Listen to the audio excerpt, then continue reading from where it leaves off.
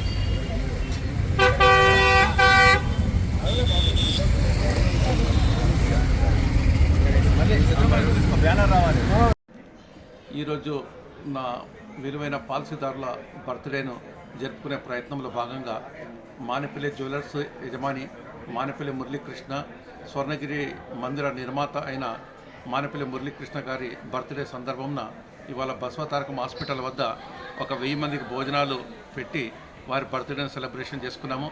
మరి నా విలువైన పాలసీదారులకు నేను ఇచ్చే కానుకగా ఈ బర్త్డే సెలబ్రేషన్ జరుపుకుంటున్నాము. మరి పాలసీదారులు ఎవరైనా సరే 100 సంవత్సరాలు జీవించాలని నా కోరిక.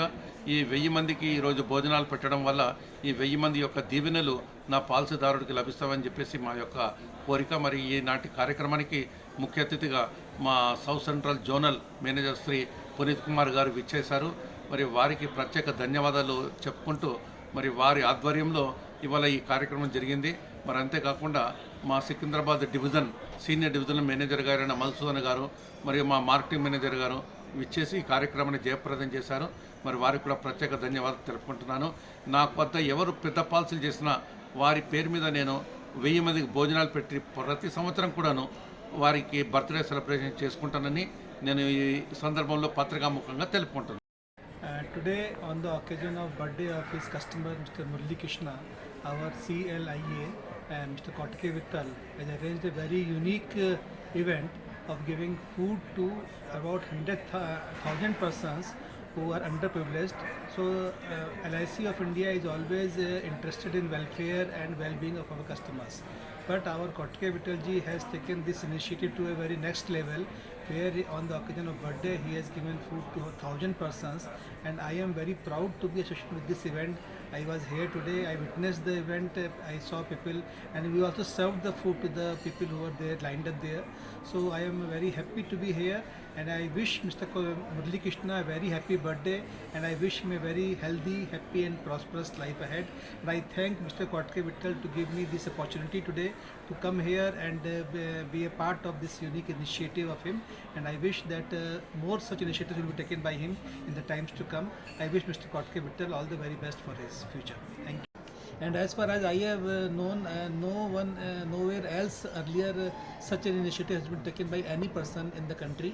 So this is a very unique initiative taken by Mr. Kotke Vittal, and it is really hats off to his thought process and the way he has taken care of his customers.